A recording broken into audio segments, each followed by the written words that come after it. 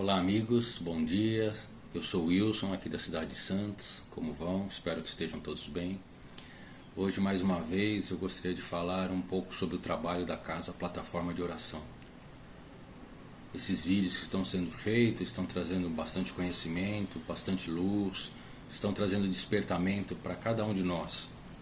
Nos fazem pensar, nos fazem refletir, nos fazem buscar a nossa reforma íntima. Nos fazem pensar sobre os nossos comportamentos, condutas, porque o tempo todo eles estão chamando a nossa atenção para como nós agimos em sociedade, para como nós levamos a nossa vida, como nós lidamos com o nosso próximo, como nós nos comportamos perante o nosso próximo. Então eles estão trazendo uma grande transformação na vida de muitos de nós. Escutando o vídeo onde o Pedro postou agora sobre o resgate desse primeiro dragão, que ele conta aí alguns detalhes desse resgate, me veio em mente um livro da obra da série André Luiz, Libertação, onde André Luiz conta aí as suas aventuras, vamos chamar assim, de aprendizado no plano espiritual, nas trevas, nos umbrais, onde ele junto com o seu mentor ali, seu companheiro de jornada ali, o Gúbio, ele vai nos redutos das trevas e aprende, começa a observar muitas coisas, né, muitos comportamentos das trevas que ali para a década que foi psicografada, a década de 40, o livro de 48, eu acho que ele foi editado em 49, a sua primeira edição, pela FEB, né, psicografia de Francisco Cândido Xavier. Então ele traz muitos casos que o Pedro hoje está trazendo para nós através da sua mediunidade, a Casa de Plataforma de Oração. Então nesse livro Libertação, ele fala sobre licantropia, fala sobre ovoides, fala sobre a influenciação dos desencarnados sobre os encarnados, fala sobre os redutos das trevas, fala sobre os grandes líderes. Ele vem falar para nós sobre Gregório, que era o líder, que foi... Ele conta ali que era um papa, que ele desceu tanto ali através de seus pensamentos, ele acaba liderando ali as trevas. Então é um livro bem interessante, que na época também que foi trazido, era dado como fantasioso, era um livro dado como coisas da cabeça do Chico, mas nada com o tempo para fazer com que as coisas se amenizem e as pessoas aceitem os fatos. Mas o que me chamou a atenção nesse livro é que na introdução, Emmanuel, que o Emmanuel sempre faz as introduções dos livros das obras de André Luiz, e cada introdução de Emmanuel já daria um estudo assim, e reflexões excelentes para o nosso aprendizado. E nessa introdução do livro Libertação não é diferente. Ele vai trazer para nós aquela lenda do peixinho vermelho, uma lenda egípcia. E eu acho que vai bem de encontro com o momento que nós estamos vivendo e com que a plataforma de oração é para nós hoje, assim, que vem trazendo mensagens bem esclarecedoras, buscando despertar em nós, essa busca pelo conhecimento, esse despertar, como se está falando hoje, esse desplugar da Matrix. Então eu vou pedir licença para vocês, que eu vou lendo aqui o texto, e a gente vai comentando para que vocês possam entender. E já falo desde já, vejam esse peixinho vermelho como trabalho da plataforma de oração. Então Emmanuel inicia essa introdução ali, esse prefácio do livro, falando assim: no centro de formoso jardim havia grande lago adornado de ladrilhos azul turquesa. Alimentado por diminuto canal de pedra, escoava suas águas, do outro lado, através de grade muito estreita. Então aí ele está descrevendo aí um jardim, um laguinho que tinha em determinado local. Nesse reduto acolhedor vivia toda uma comunidade de peixes a se refastelarem, nédios e satisfeitos, em complicadas poças, frescas e sombrias. Elegeram um dos concidadãos de barbatanas longas para os encargos de rei, e ali viviam plenamente despreocupados, entre a gula e a preguiça.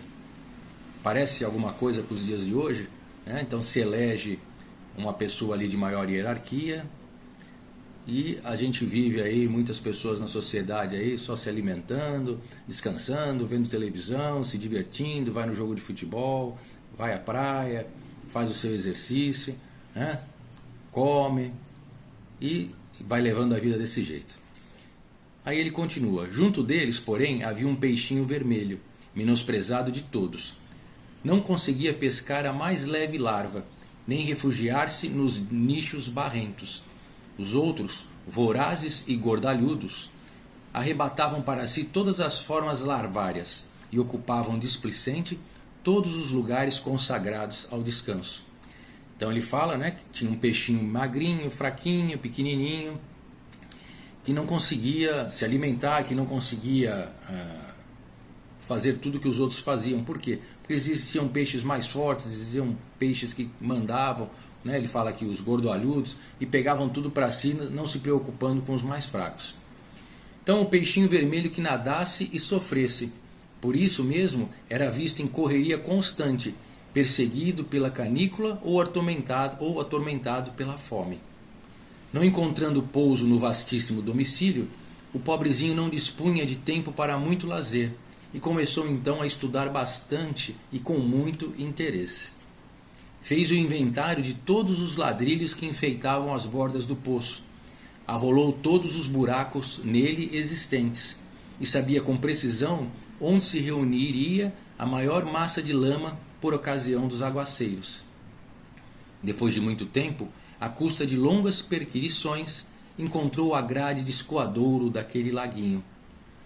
À frente da imprevista oportunidade de aventura benéfica, refletiu consigo: não será melhor pesquisar a vida e conhecer outros rumos? Optou ele então pela mudança. Apesar de macérrimo, pela abstenção completa de qualquer conforto, perdeu várias escamas e com muito sofrimento a fim de atravessar aquela passagem estreitíssima das grades. Pronunciando votos renovadores, avançou otimista pelo rego d'água, encantado com as novas paisagens, ricas de flores e sol, que o defrontavam, e seguiu, embriagado de esperança. Em breve alcançou o grande rio e fez inúmeros conhecimentos. Então aqui a gente vê aquela pessoa, se a gente for trazer aí para a nossa reflexão aí da nossa vida, que às vezes não está satisfeita com a vida que está levando e tem um despertamento. Então começa a buscar através de estudos, através às vezes de uma religião, através de um trabalho diferenciado da caridade, ela busca novos caminhos, ela busca algo que a complete. Muitas vezes a gente escuta pessoas falando: puxa, parece que tem um vazio existencial, por isso eu preciso de algo mais. Então a pessoa sai em busca disso, né? E aí vai buscar na religião, vai buscar na espiritualidade, vai buscar nos estudos, mas o principal local para a gente buscar é o amor. Então aqui ele conta que o peixinho foi atrás disso para completar ele, porque ele achava que deveria haver alguma coisa além daquilo ali. Então ele continua: encontrou peixes de muitas famílias diferentes, que com ele simpatizaram, instruindo quanto aos percalços da marcha e lhe descortinando o mais fácil roteiro. Embevecido, contemplou nas margens homens e animais, embarcações e pontes, palácios e veículos, cabanas e arvoredo. Habituado com o poço, ele vivia com extrema simplicidade, jamais perdendo a leveza e a agilidade natural. Conseguiu desse modo atingir o oceano, ébrio de novidade e sedento de estudo. Então olha só, ele foi se esforçando cada vez mais e ele foi rumando ali pela onde a água escoava. Então daquele pequeno trecho de água que escorria ali da onde ele ficava, ele foi para riachos, de riachos para rios, e de rios acabou desaguando no oceano. Então quando a gente começa a estudar, a gente começa a perceber que existem grandes coisas a serem descobertas, muitas coisas para a gente aprender. Tanto que tem aquele ditado: só sei que nada sei, porque quanto mais a gente estuda, quanto mais a gente busca, quanto mais a gente aprende, mais a gente percebe que o conhecimento ele é infinito, que vai cada vez se abrindo mais portas, mais caminhos para a gente poder escolher. Conhecereis a verdade e a verdade te libertará. Então a gente vai conhecendo, a gente vai estudando, a gente vai desenvolvendo nossa moralidade, a gente vai desenvolvendo a nossa intelectualidade e cada vez a gente vai vendo que o mundo vai se abrindo cada vez mais. A gente não fica restrito àquele espacinho pequeno onde a gente estava preso e restrito ao nosso mundinho. Mas olha só, aí fala assim, ó, de início, porém fascinado pela paixão de observar, aproximou-se de uma baleia para quem toda a água do lago em que vivera não seria mais que uma diminuta região. Impressionado com o espetáculo, abeirou-se dela mais que devia e foi tragado com os elementos que lhe constituíam a primeira refeição diária.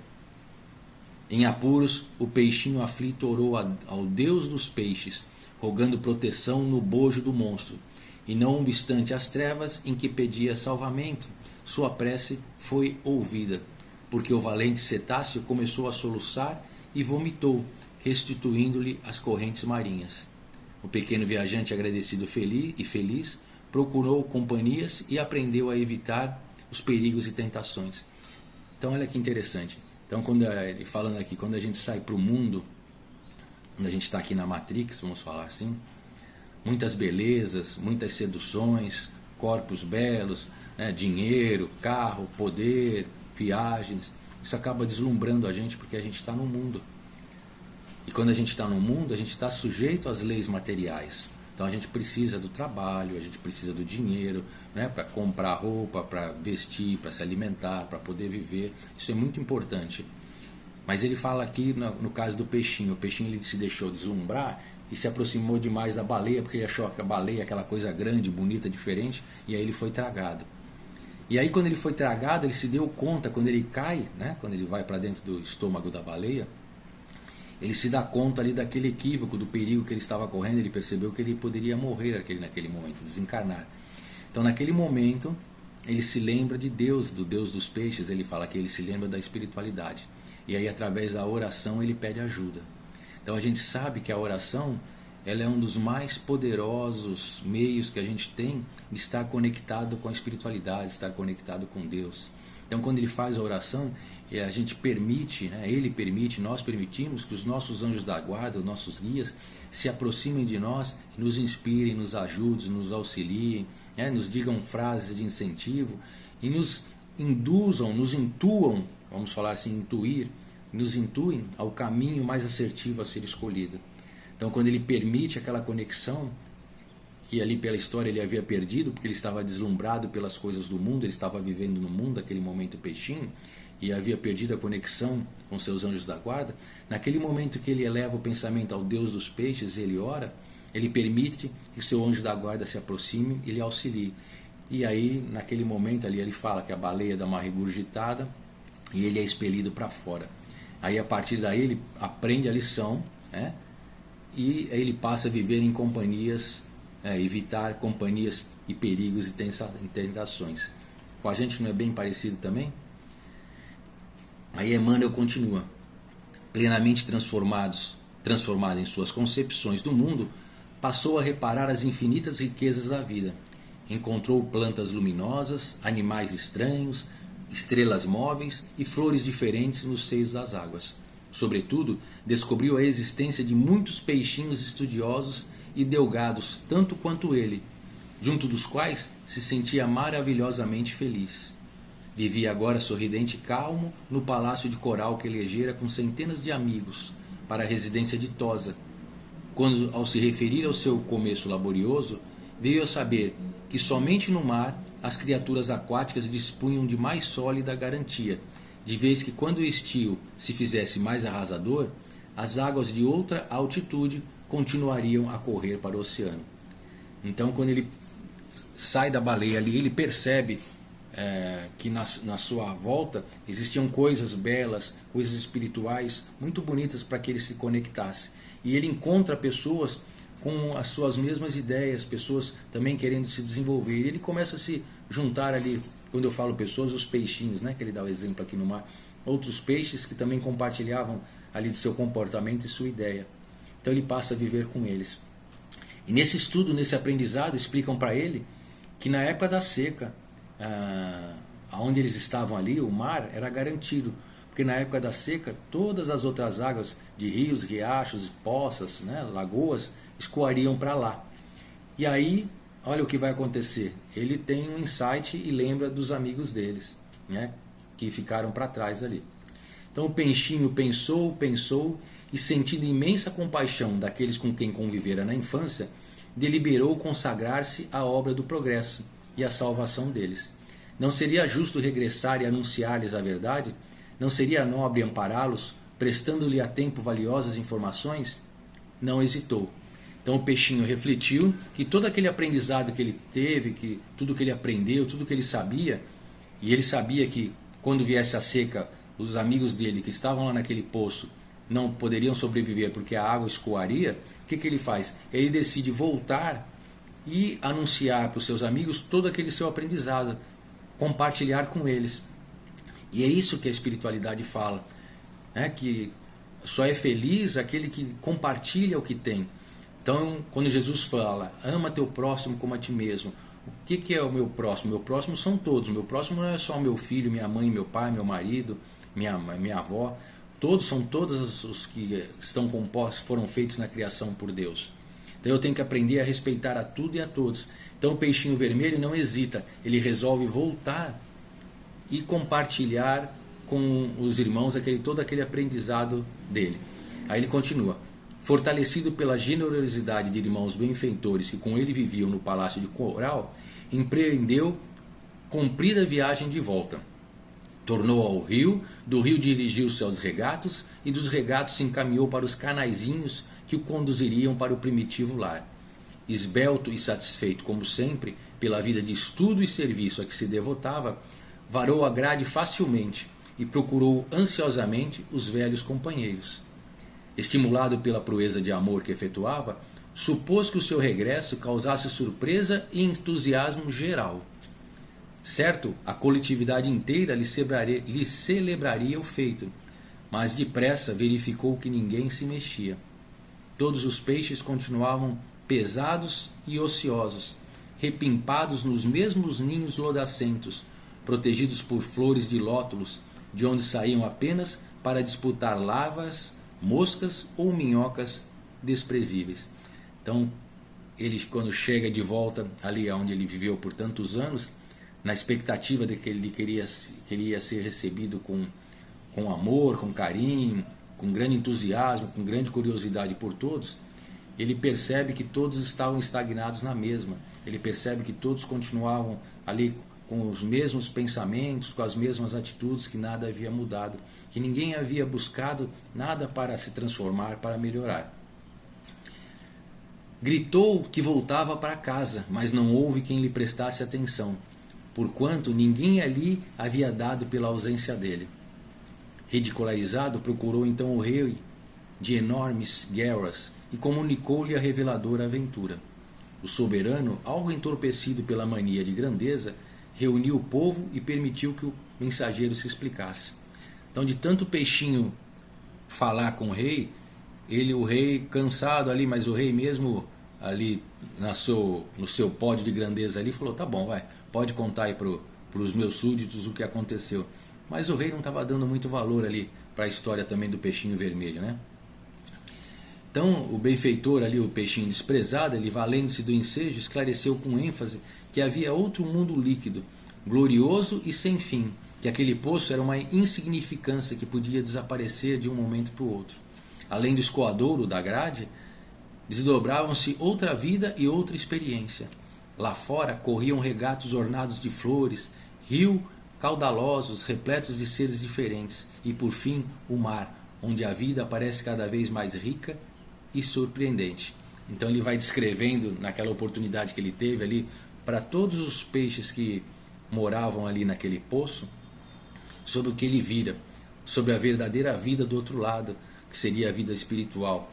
Então, se a gente for fazer uma comparativa, é como se esses peixes do poço fôssemos nós encarnados na Terra, presos nessa matrix, nessa vida, ali naquele comportamento repetitivo, naquela rotina diária, onde a gente acorda, dorme, trabalha, come, faz sexo, faz um lazer, se alimenta, volta e dorme, acorda, e a gente não sai daquele ciclo repetitivo e vicioso. Então o peixinho vermelho ali querendo descortinar, mostrando para eles que existe uma vida mais além, que existe uma vida além dessa, que isso daqui é só uma parte temporária. Então que a gente tinha que se esforçar, aprender, estudar, para que a gente pudesse ir para essa outra vida. Aí ele contou que vira o céu repleto de astros e que descobrira árvores gigantescas, barcos imensos, cidades praeiras, monstros temíveis, jardins submersos, estrelas do oceano, e se ofereceu para conduzi-los ao palácio de coral onde viveriam todos, prósperos e tranquilos. Então ele conta que nessa viagem dele, você vê, ele fala que ele viu coisas bonitas, né, cidades praeiras, árvores gigantescas, jardins, estrelas no oceano, mas também fala que viu monstros temíveis, que viu coisas que não muito agradáveis, porque a gente vai ver isso pelo caminho. E no plano espiritual a gente vê que tem isso. Não é porque a gente desencarna, que vira espírito, que a gente fica perfeito. A gente mantém a mesma personalidade. No plano espiritual a gente vê, até nos vídeos através da casa plataforma de oração que vem sendo trazido, redutos das trevas aí que estão sendo descortinados, que estão sendo mostrados para nós, os resgates, como tem paragens belíssimos, como fala da cidade de Aruanda, colônia de Nosso Lar, diversas outras colônias espirituais. Então no plano espiritual também existem dois ambientes, de luz e de trevas, e a luz sempre fazendo esforço para trazer para perto aqueles espíritos que têm escolhas equivocadas. Finalmente informou a todos os outros peixes que semelhante felicidade, porém, tinha igualmente seu preço. Olha aí, agora que vai começar.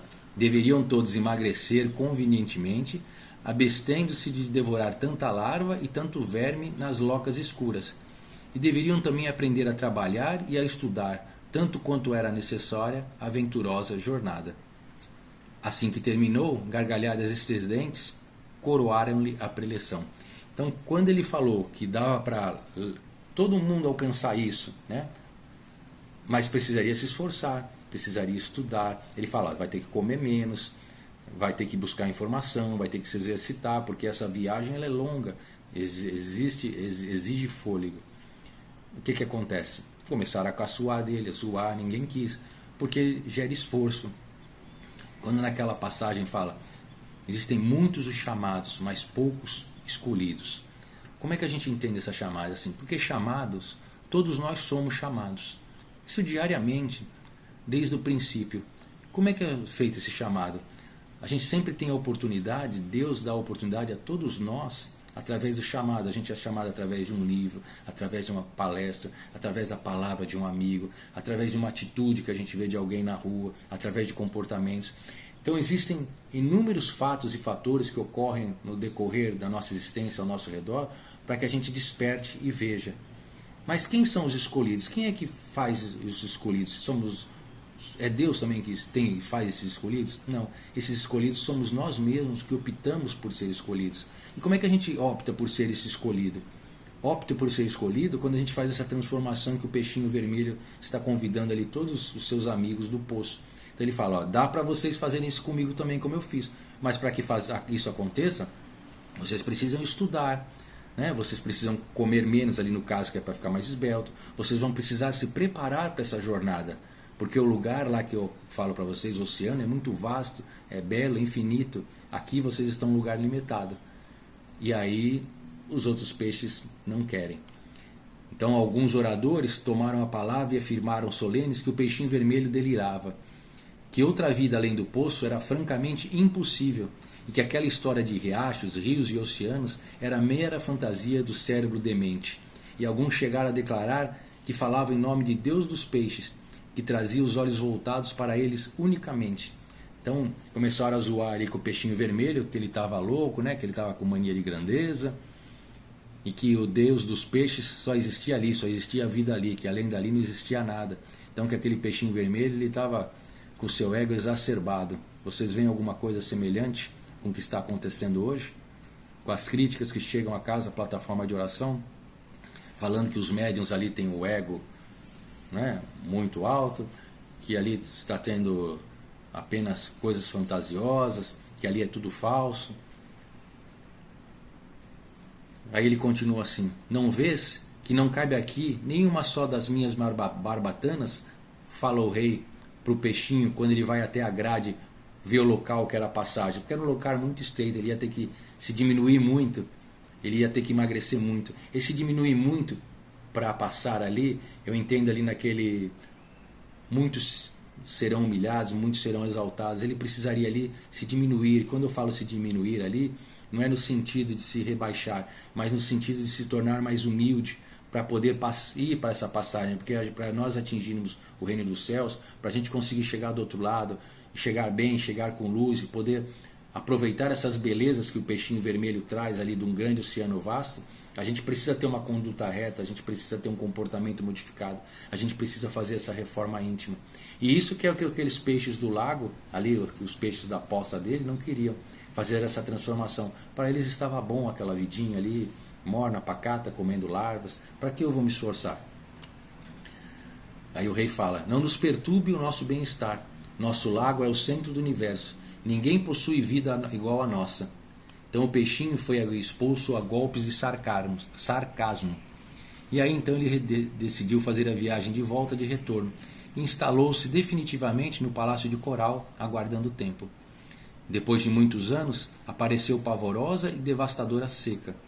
As águas desceram do nível, e o poço onde viviam os peixes pachorrentos e vaidosos esvaziou-se, como compelindo a comunidade inteira a perecer, atolada na lama.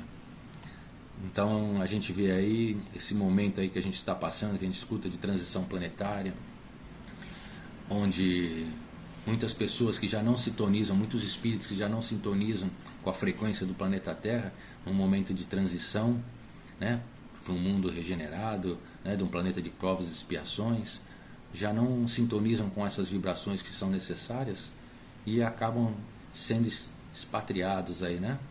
A gente vê aí em vários vídeos a Casa Plataforma de Oração, os espíritos falando que várias naves estão levando esses espíritos para outro orbes de acordo com a vibração. Porque quando ele fala que o planeta Terra vai passar por uma transição, né, de um planeta de provas e expiações para a regeneração, e como também foi dito que o desejo de Jesus é que depois de um tempo aqui se torne um mundo ditoso, como é que o mundo, o planeta se transforma? É o planeta que se transforma fazendo assim de um dia para o outro? Como é que se transforma essa vibração do planeta? É através da psicosfera de todos nós, espíritos encarnados e encarnados, que habitamos aqui. Então quando a gente vai mudando a nossa conduta, o nosso comportamento, quando a gente vai amando mais, quando a gente vai estudando mais, quando a gente vai desenvolvendo virtudes, quando a gente vai vencendo os nossos vícios, deixando para trás velhos hábitos que às vezes nos aprisionam, nos acorrentam ao passado, a gente vai perdoando, a gente vai amando mais, a gente vai sendo mais fraterno e mais solidário, a gente vai contribuindo para que a psicosfera do planeta Terra ela vai se transformando e vai melhorando. E aí, pouco a pouco, lentamente, essa psicosfera ela vai se transformando de um planeta de provas e expiações para a regeneração. Foi dito aí em vários vídeos também que os próprios médiuns da Casa Plataforma de Oração, que o Pedro e a Sabrina, tem aí mais 2 encarnações, 3 ainda no planeta Terra. Depois eles vão reencarnar em mundos muito mais superiores para aprendizado também, e aí retornam, ele fala em 2.000, 3.000 anos, retornam ao planeta Terra, quando já é a vontade de Jesus que aqui se torne um mundo ditoso. Então a gente vê que nada para, tudo está sempre em constante evolução, em constante crescimento, em constante aprendizado. E esse crescimento, esse aprendizado, ele se dá sempre na prática do bem, na prática do amor.